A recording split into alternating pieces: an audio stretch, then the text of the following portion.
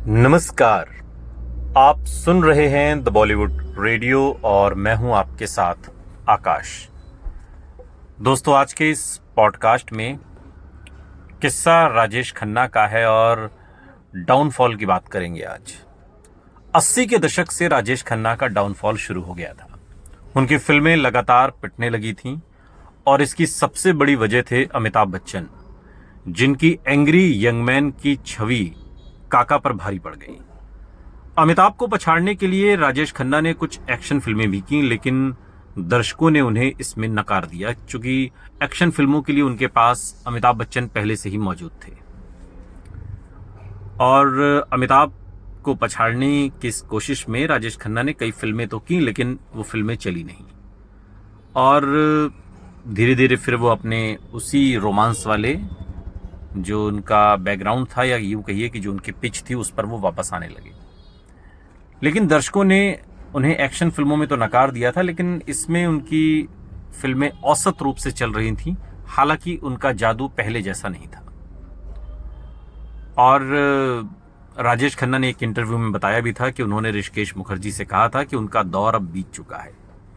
ये यानी कि अमिताभ बच्चन ये रहा कल का सुपरस्टार। ये बात उन्होंने ऋषिकेश मुखर्जी से कही थी। और तब तक अमिताभ बच्चन का कान को ढकने वाला जो हेयर स्टाइल था वो सुपरहिट हो चुका था। मुंबई के हेयर कटिंग सैलून के बाहर एक बोर्ड भी लगा हुआ था, कई जगहों पर ऐसा था, और वहां पर हेयर कट के रेट लिखे थे। राजेश खन्ना हेयर कट 2 रुपए, अमिताभ बच्चन हेयर कट 3.5 रुपए। उस दौर में आज के हिसाब से रकम आपको छोटी लग रही होगी, लेकिन उस दौर के हिसाब से बहुत बड़ी रकम थी।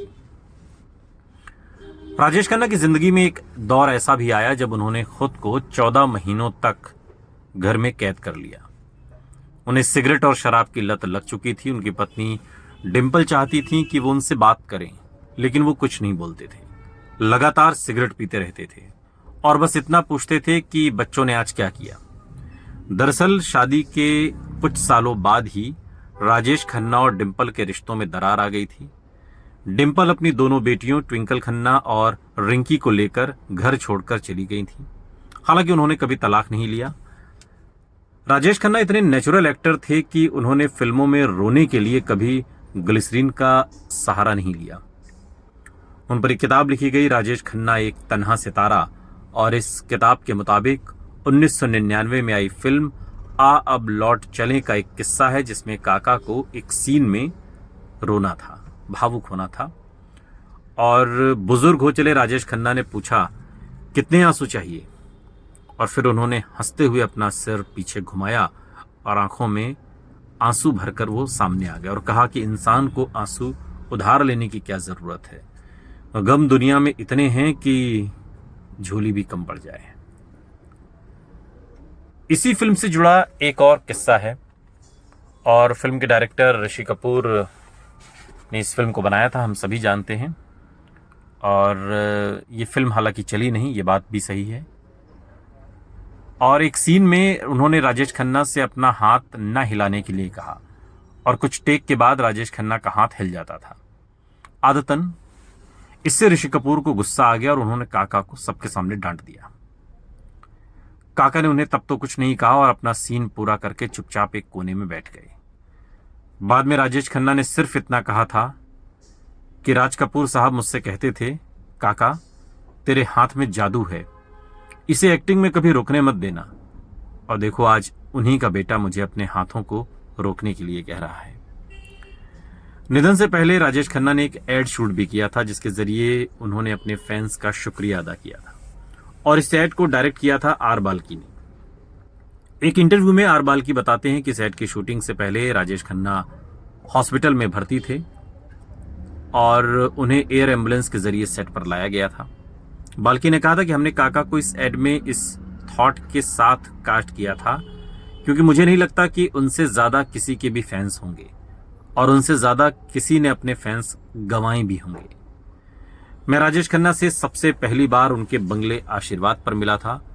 मैंने उन्हें पूरा एड सुनाया और कहा कि हम इसमें आपका मजाक उड़ा रहे हैं।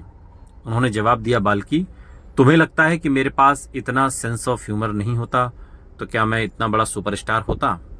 इस ऐड को शूट करने से पहले 3 दिन पहले तक वो हॉस्पिटल में थे, और जब इसे बेंगलोर में शूट हम करने वाले थे और मैंने काका से कहा कि हम ऐड पोस्टपोन कर रहे हैं, तो उन्होंने जवाब दिया नहीं, मैं सेट पर आ रहा हूं। 3 दिन बाद राजेश खन्ना एयर एम्बुलेंस के जरिए सेट पर पहुंचे।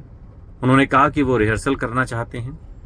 जब मैं उनके रूम में पहुंचा तो एक लड़का उनकी ट्रिप बॉटल पकड़े खड़ा था और दूसरा स्टैंड पकड़े हुए था। वो रूम में डांस करने की कोशिश कर रहे थे और उनको ऐसा करते देख मेरी आंखों में आंसू आ गए और मैं वहीं पर रो पड़ा।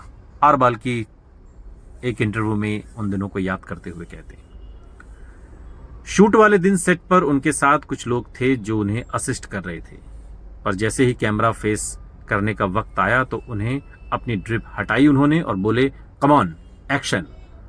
उन्होंने 2 टेक दिए और उसके बाद बोले, माफी चाहूंगा, मैं एक और कट देना चाहता हूं पर दे नहीं सकता। हमने इस एड को 1.5 घंटे में शूट किया, जिसके बाद काका वापस चले गए। काका कभी अपने इस एड को देख नहीं पाए क्योंकि कुछ ही दिनों बाद 18 जुलाई 2012 को उनका निधन हो गया। ये एड उनके करियर का पहला और आखिरी एड था। उनके आखिरी शब्द थे, पैकअप, पैकअप, जिंदगी का पैकअप। सुनते रहिए द बॉलीवुड रेडियो, सुनता है सारा इंडिया।